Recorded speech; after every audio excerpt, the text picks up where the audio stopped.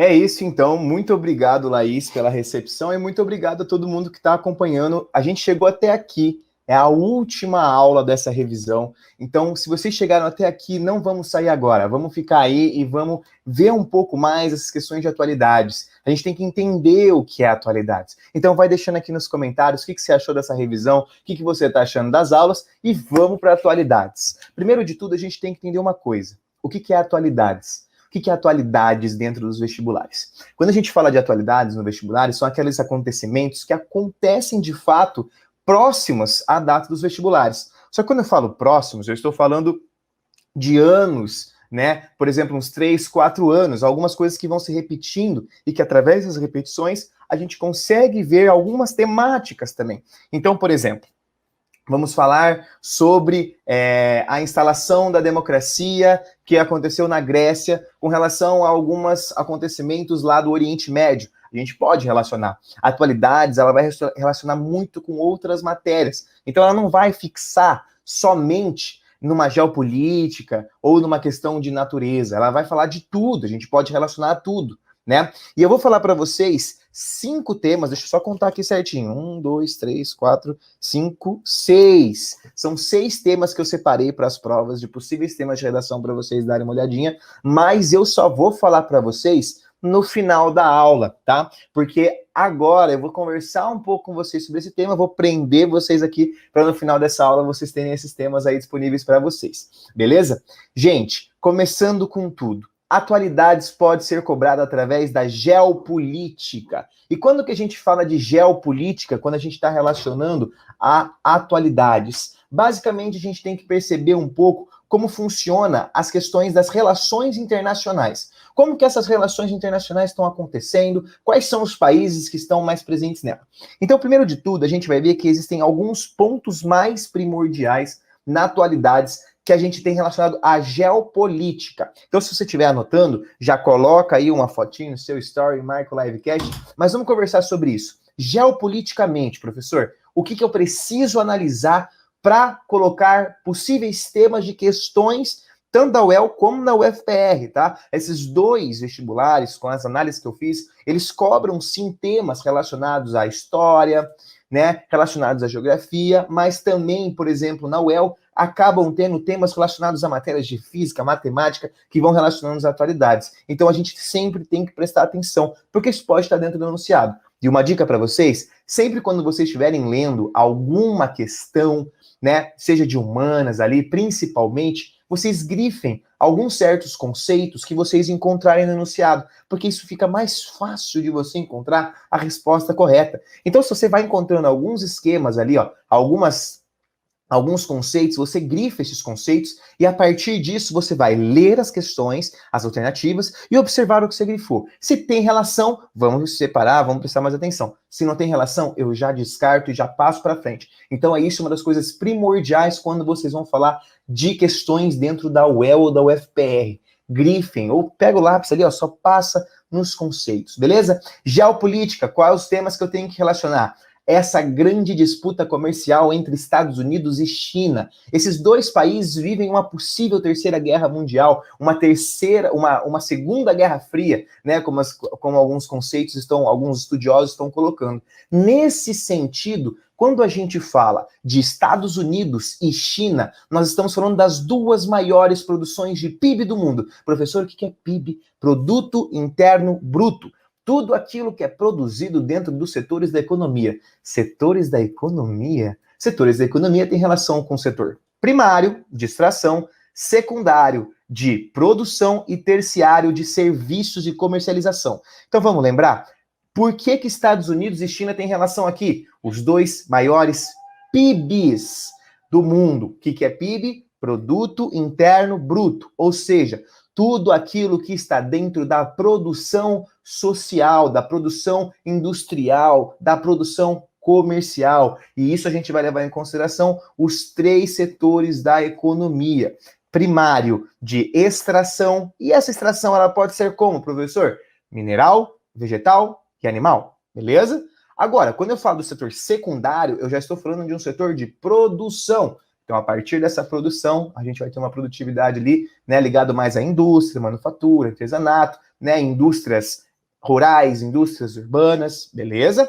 E outra coisa é o terceiro setor da economia ligado ao setor de serviços. Eu, por exemplo, sou professor, então eu vendo o meu serviço, automaticamente eu estou em qual setor da economia? No terceiro setor da economia. Então, o que eu produzo ali vai lá para o nosso PIB. E lembre-se disso, os PIBs são aquilo que a gente tem base para as distribuições de investimentos. Então, é óbvio que os dois maiores PIBs do mundo vão investir mais em infraestrutura, correto?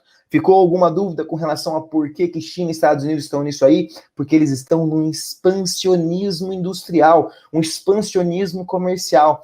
Há alguns teóricos que dizem que a gente já passou da época nós somos uma época pós-industrial, certo? E nós estamos numa pós-industrialidade. Mas alguns falam que não, que essa industrialização, ela só continua, só que de características diferentes. Então esse é um ponto importante de vocês colocarem. A expansão global através da indústria, ela acontece e de uma forma diferente. Nós ainda somos uma sociedade industrial, só que muito mais tecnológica. E aí nós vemos essa disputa acirrada entre Estados Unidos e China. E sempre relações internacionais. Vamos relacionar essas questões, por exemplo, a como a China está lidando com a geopolítica mundial, como os Estados Unidos está lidando com a geopolítica mundial. Beleza? Por enquanto, alguma dúvida? Estou indo muito rápido. Deixa nos comentários para eu ver aqui, por gentileza.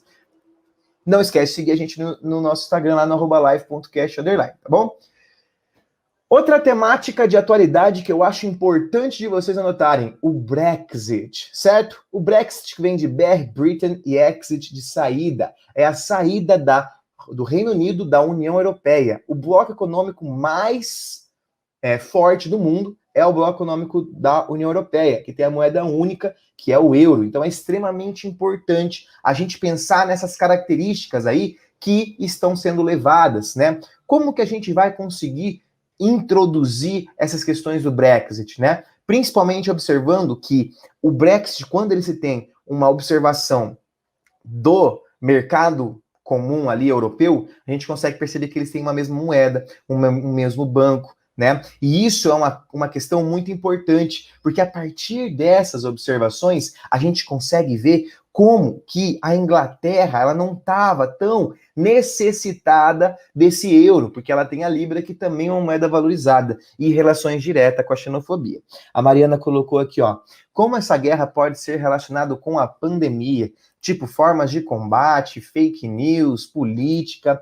Olha, quando a gente está falando dessas guerras, né, dessa guerra comercial, é uma guerra indireta, tá? E uma das coisas que você pontuou perfeitamente é a pandemia, porque a pandemia ela vai trazer um processo de crise, e não é uma crise só econômica, é uma crise política, é uma crise social, e essas crises, elas vão trazer algumas perdas ou percas, não sei como que eu devo dizer aqui nesse momento, das características econômicas dos países. Visa o Brasil hoje, que nós estamos com o dólar lá em cima, os preços das coisas lá em cima. Então, essa relação econômica, o que aconteceu na pandemia? A gente tem que colocar que os maiores PIBs, consequentemente, também tem muita exportação e importação. A partir do momento que esses PIBs começam a descer, eles começam a aumentar o produto, aumentar o tributo, né, em relação a valores, e automaticamente essas moedas vão se modificando e, posteriormente, os países mais pobres são mais sugados para que os países ricos fiquem com a sua estabilidade ali na produção. Acho que essa é a principal coisa que a gente pode relacionar. E aí, né, a Mariana já falou, o Covid e o mercado internacional. Como que esse Covid, ele influenciou no mercado internacional? Então é extremamente importante a gente perceber o que está acontecendo, né, dentro dessas estruturas econômicas a partir do coronavírus, beleza? Bom, isso foi uma parte mais geopolítica. Então, relembrando, quando a gente vai falar de atualidades geopolítica, vamos pensar em Estados Unidos e China, essa corrida comercial, vamos pensar em Brexit, qual é a relação do Brexit com relação internacional também, e o Covid, né? E qual é o papel da ONU em tudo isso? Lembrando que sempre quando vocês estiverem lendo, né, esses exercícios, vocês têm que lembrar de uma coisa extremamente importante. Quem são os países que estão no comando da ONU, ou seja, o Conselho Geral da ONU? Esses países são Inglaterra, França, Estados Unidos, China e Rússia. Então, isso é extremamente importante, né? Então, a gente tem que perceber que esses países, eles têm uma relação um pouco mais ferrenha dentro dessa estrutura do mercado internacional. Vamos lá. Ó, colocando aqui algumas perguntas. Podemos relacionar a crise que estamos vivendo com a crise de 29? Olha, Valéria, uma das coisas importantes que a gente tem que entender é o que eu vou entrar para falar com vocês agora. Quando a gente fala da crise de 29, nós conseguimos ver uma superprodução nos Estados Unidos e um grande endividamento do setor privado. Naquela época, nós tínhamos um liberalismo muito presente, ou seja, um Estado inexistente praticamente na regulamentação do mercado. E quando a gente vai falar de agora, nós temos também essa superprodução, consequentemente também com outra coisa que vem aqui, que é o desemprego por conta mesmo da troca da mão de obra. Nós estamos vivendo um momento de intensa mecanização. Então, quando a gente está falando de uma intensa mecanização, nós estamos falando da substituição da mão de obra. Vamos lembrar um pouco da Revolução Industrial? Lembra que naquela época, na Revolução Industrial na Inglaterra, a gente tinha uma observação muito importante. A maior parte da população estava na zona rural e por conta da mecanização do campo, essa mão de obra foi substituída e fomos diretamente ligados para onde? Para o espaço urbano. Certo? E aí, nesse espaço urbano, fomos continuando tendo as nossas mãos de obra. Hoje, com tanta evolução da mecanização, tanta evolução tecnológica, o que acontece? A mão de obra está sendo substituída por máquinas. E, consequentemente, essa mão de obra que um dia foi parar ali no segundo setor da economia na produção, ela vai estar dependente direto no terceiro setor da economia, que é no setor de prestação de serviço e comercialização. Porém, a gente não tem uma estrutura de emprego para todas as pessoas. E a gente vai relacionar com sociologia agora. Karl Marx vai falar sobre um tema chamado exército reserva. Esse exército reserva é quem vai moldar que a mão de obra seja desvalorizada. Por quê? Se estamos em crise, estamos em algum momento que não tem nada com relação a muitas pessoas desempregadas, quem está empregado vai ganhar aquilo que o chefe, o dono da empresa, vai disponibilizar, porque se ele não quiser, tem o exército reserva para entrar no lugar dele, passando fome, miséria e pobreza. Então essa é uma ideia instalada e automaticamente a gente não tem essa regulamentação de direitos iguais, né? Isso é extremamente importante. Então, talvez a gente possa relacionar com a questão do desemprego, tá? Principalmente a partir de 2008, lembra quando Luiz Inácio Lula da Silva, o presidente do Brasil da época, disse que a crise chegaria no Brasil feito uma marolinha? De fato, em 2008 chegou como uma marolinha, mas em 2014, 2015, 2016, essa crise chegou muito mais ascendente. Consequentemente, o que a gente pode colocar aí, que essa crise também aconteceu no Brasil. Primeiro ela acontece na Europa, posteriormente ela vai para os Estados Unidos, Japão, China, e depois ela entra para a América Latina e países africanos, onde agora esses países em recuperação econômica vão ser retirando todas essas matérias-primas e explorando o que pode desses países considerados um pouco mais, um pouco menos desenvolvidos, né? Então a gente sempre relacionar essa questão, onde a gente está falando primordialmente nessa estrutura de exploração, certo? Uma das alternativas das grandes potências é a exploração dos países ali subdesenvolvidos.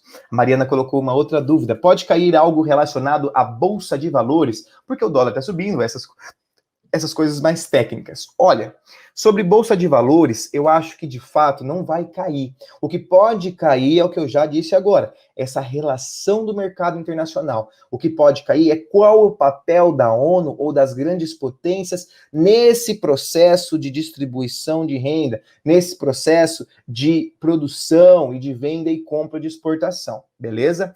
A Letícia colocou aqui. Você acha que dentro do quadro de atualidades pode cair intolerância religiosa, xenofobia? Na UEL, olha, Letícia, eu vou te falar, com certeza isso pode cair, mas não só como questão, e sim também como tema de redação, tá? Visando que a gente tem muitas leituras que a gente consegue ver nos jornais, né? Isso é uma das coisas extremamente importantes.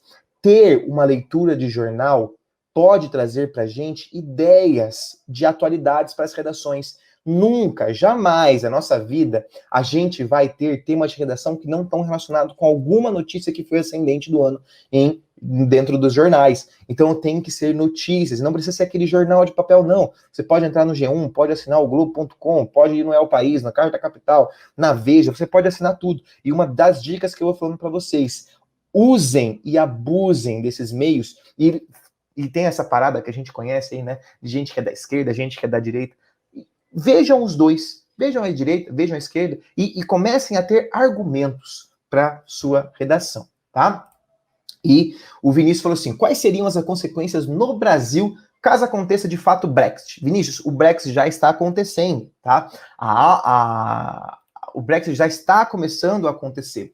E uma das coisas importantes que a gente tem que perceber é que nosso Brasil faz parte de um bloco econômico chamado Mercosul, o Mercado Comum do Sul, que nele nós estamos presentes junto com a Argentina, Uruguai e Paraguai. E esse bloco econômico tem um negócio chamado TEC, Taxa de Exportação Comum, onde os países que estão fora desse mercado, né, desse mercado comum, desse bloco econômico, vão pagar tributos internacionais um pouco menores por conta do bloco econômico. E a União Europeia era um dos grandes importadores de produtos do Mercosul, então eles abusavam um monte dessas compras. O que acontece? E eu falei esses dias em aula, nos cursinhos que eu dou aula.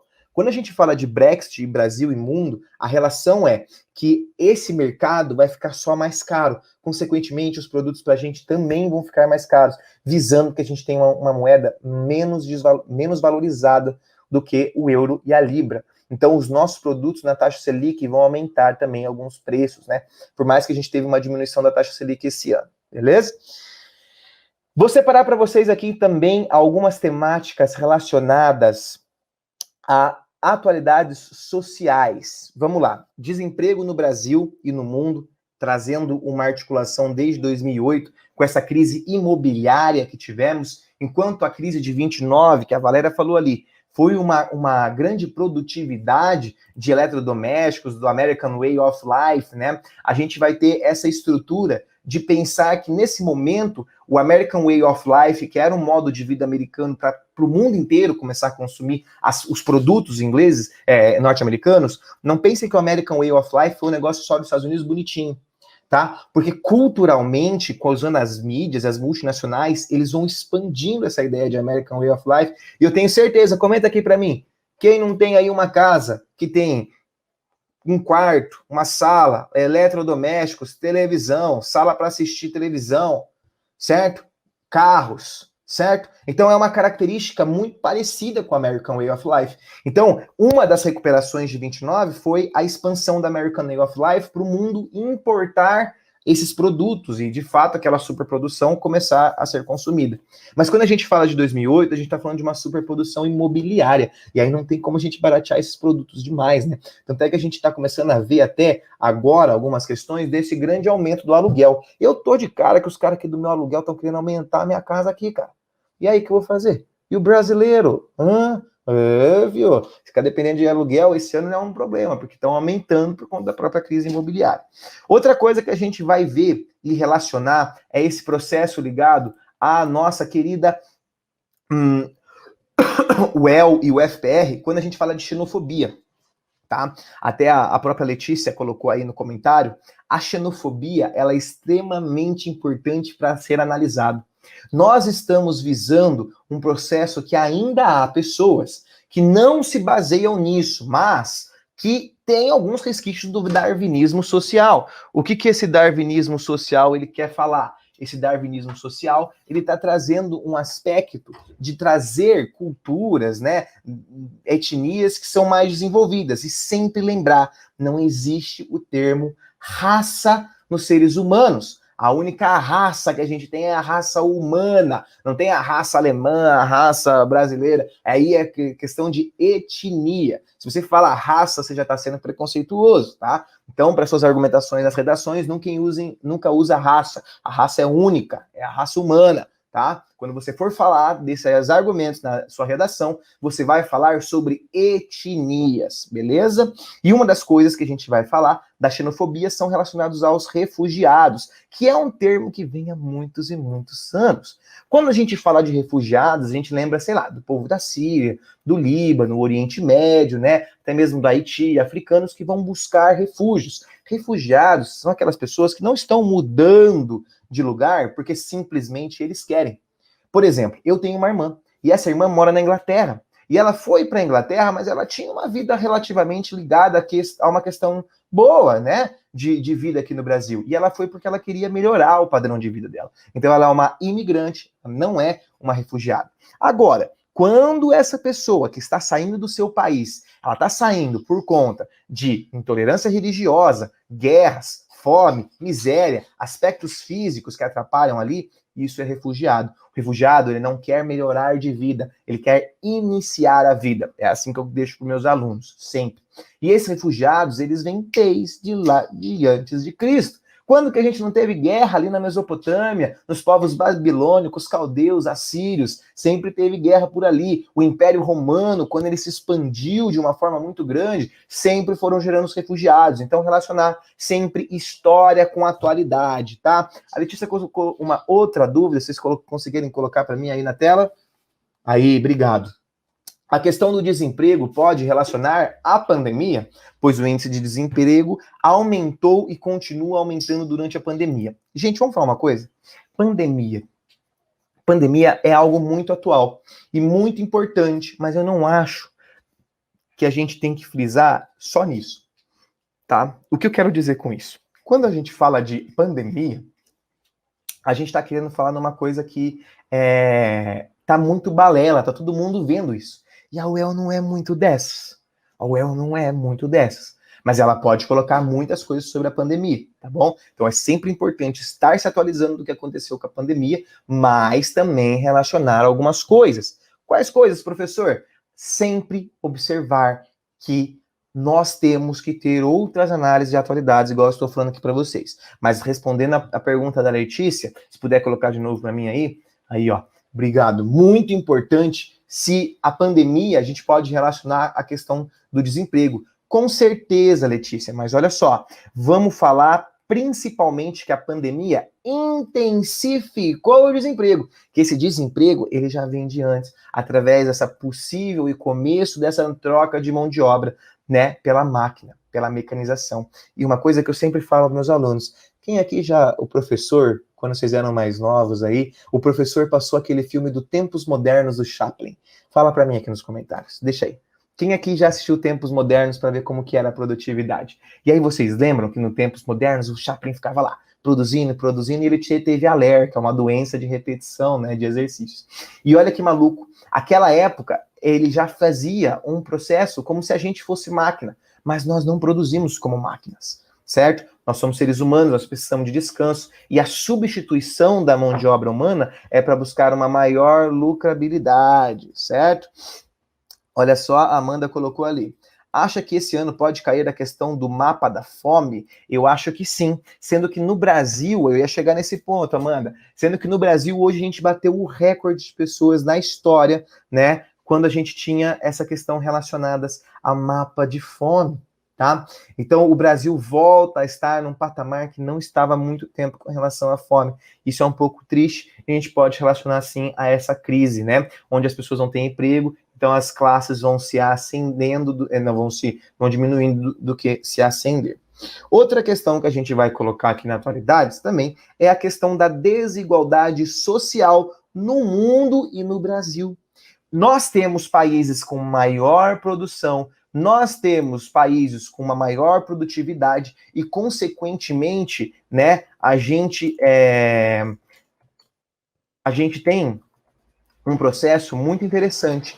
Quando a gente está falando dessa desigualdade mundial, a produtividade ali é uma produção que a gente tem que relacionar demais, né? Por quê? A partir do momento que a gente percebe que essa desigualdade mundial, ela acontece entre os países, há um reflexo muito grande nos países que são considerados mais pobres ou periféricos, por conta dessa característica da desigualdade social mundial, certo? Então, eu acho extremamente importante vocês relacionarem essa questão de que nós temos essa grande desigualdade mundial, onde os países vão segregar. Gente, em relação à vacinação.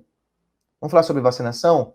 Os países mais ricos já acumularam mais de 1/3 do que é necessário de vacinas. Ou seja, o que é necessário para os países colocarem, eles têm a mais, esses países com grandes condições de dinheiro. E vamos pensar em mais uma coisa? Esses países são a maioria? Não, esses países são a minoria. A maior parte do mundo hoje vive em pobreza, vive em fome. Então a gente precisa falar muito disso. Precisamos disso. Outras atualidades que podem aparecer são atualidades naturais e ambientais. Isso é extremamente importante porque sempre cai. Uma das coisas é a disponibilidade de água. Eu quero que vocês anotem isso. A disponibilidade de água já começa a ser um assunto que a gente vai trazer. Primeiro, a gente consegue ver que a água, naturalmente, né, mapeando os rios e lagos do mundo, que é a água que a gente pode consumir de fato, esses rios e lagos, eles não estão distribuídos de uma forma igual para todos os países do mundo.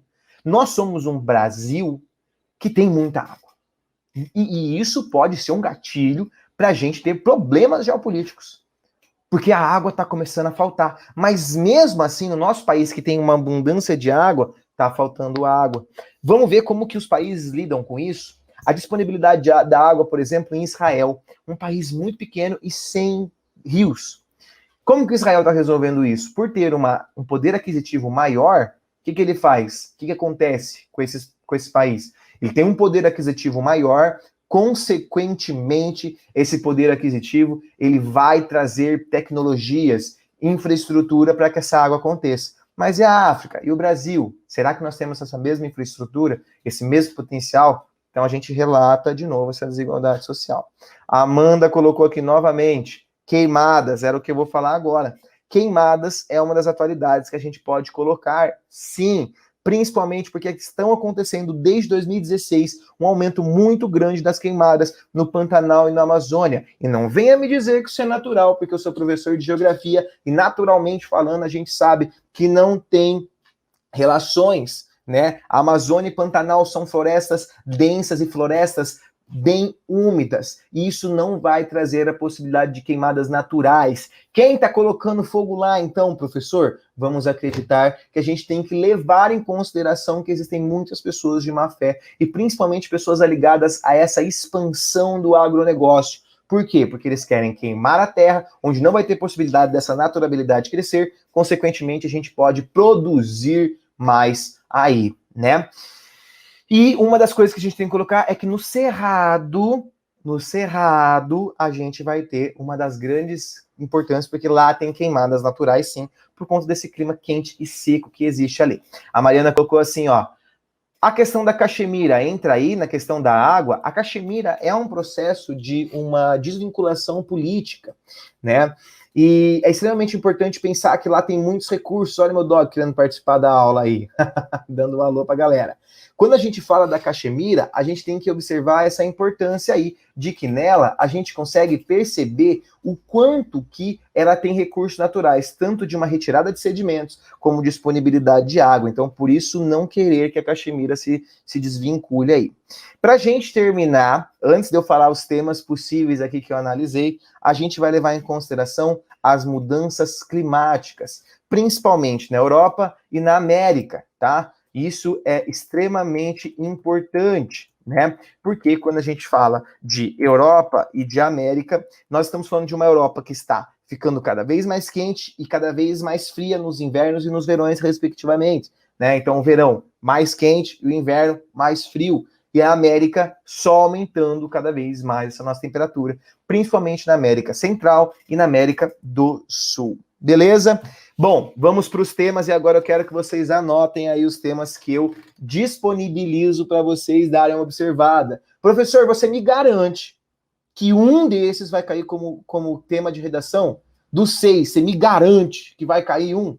Ó, eu não te garanto nada. Mas pelo que eu observei, pode ser que caia. E vou te falar uma coisa, eu vou te contar um segredo meu. Nos últimos 3 anos da UEL, eu acertei os 2 últimos temas de redação e um tema inteiro da UEL, que a UEL sempre tem aquele tema central. Então, eu, com as minhas análises, acertei 2018, 2017, 2018, o tema da redação, e o de 2019, ano passado, eu acertei o tema, o tema do vestibular, né? Então, pode ser que eu acerte, eu não sou mãe de Ná, tá? Mas é que é uma análise mais apurada, a gente faz análise ali das provas, e como a gente tem aqui no Livecast, não sei se vocês conhecem, um programa que é de atualização, que chama Livecast Week, que a gente atualiza vocês de todas as notícias semanais, toda segunda-feira, às 7 horas da manhã. Então, essa minha análise sobre notícias atuais, ela é muito mais refinada no sentido de que eu analiso mesmo. Eu leio todos os dias jornais, vou lendo geopolítica, vou lendo parte natural, vou lendo até entretenimento para saber quem traiu, quem saiu do BBB e não sei o que, tem que ler. Atualidade é tudo, né?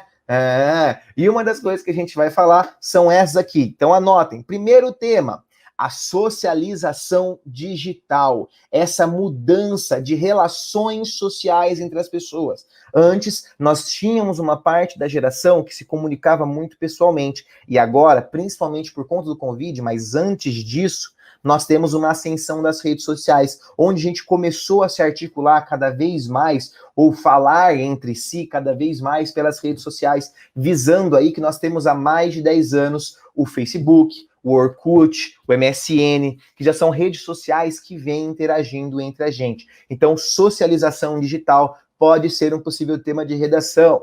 Outro tema de redação que eu estou analisando aí, a adaptação dos seres humanos para a diversidade do planeta. Adaptação dos seres humanos para a diversidade do planeta. Quando eu falo disso, eu estou falando de como os seres humanos vão se adaptando em construções, modificações sociais, modificações políticas para esses novos eventos que estão acontecendo, principalmente por conta do coronavírus ou também por esses grandes desastres naturais. E quando eu falo desastre, são acontecimentos naturais, mas que são chamados de desastres, porque para nós, seres humanos, é um desastre, né? Mas eles são acontecimentos exclusivamente naturais. Beleza? Então, 2 temas anotados aí para vocês verem. Socialização digital e adaptação dos seres humanos à diversidade do planeta. Outra questão é a importância dos monumentos históricos. O quantos monumentos históricos hoje têm essa importância, né? E é muito importante perceber como que a gente vai observar isso. A importância dos monumentos históricos é basicamente a ressalva da história de um país. E quando nós estamos nessa grande modernização tecnológica e de arquitetura, a gente começa a ver a substituição desses espaços, aqueles monumentos históricos que estão sendo substituídos por locais mais modernizados e tecnológicos. Então, qual é a importância desses monumentos? Será que nós estamos perdendo uma história e vivendo uma sociedade que ela é muito mais rápida, uma sociedade que é muito mais ágil? Isso aí dá para a gente relacionar um pouco com o Zygmunt Bauman, quando as questões, né, relacionadas ao nosso querido ali, a querida máquina auxiliando a gente a se desenvolver cada vez mais intelectualmente. Ó, a Mariana colocou aqui, ó, caiu isso na Unicamp, muito legal. Professor, qual a sua aposta para o tema da prova? Com relação à minha aposta para o tema da prova, eu acho que pode ter muitas relações, algumas questões ligadas a próprios monumentos ou também relacionados a essa questão de uma naturalidade do ser humano. Será que nós estamos perdendo nossa naturalidade? E aí relacionar com as questões de ciência, sociologia, filosofia, história, né? Então essa naturalidade de ser humano. Tá? Outra questão é o futuro dos recursos hídricos. Anotem isso, que isso aí está cotado para cair em diversas questões aí, tanto para provas, redações, então isso é muito importante, o futuro dos recursos hídricos, beleza? Outro tema, o futuro pandêmico, né? O que será desse mundo pandêmico? Aliás, nós gravamos um programa aqui no Livecast que chama Pandemia, o que vem agora. Se você for lá no Spotify ou aqui mesmo no nosso canal do YouTube, tem disponível para vocês assistirem ou escutarem. E a gente falou sobre isso, qual será o futuro da pandemia, né? Porque a gente consegue perceber que todas as outras pandemias, historicamente dizendo, alteraram algumas questões sociais. Consequentemente, o que a gente vai ter é essa absorção de outras mudanças. Quais foram as mudanças que aconteceram aqui? E para a gente terminar, o último dos nossos temas aqui é o questionamento da eficiência científica. Anotem isso aí como tema da redação, pode ser que caia. Por que que a gente está questionando tanto a ciência? Dados, no Brasil, mais de 30% da população não acredita na questão científica. Então isso é extremamente importante. Será que nós estamos vivendo a idade das trevas novamente? Será que nós estamos vivendo uma idade média novamente, onde as pessoas acreditam mais em teorias inexistentes que se pegam à fé do que teorias provadas e comprovadas com leis científicas? Então acho que é importante, tá? Falei, hein? Falei bastante.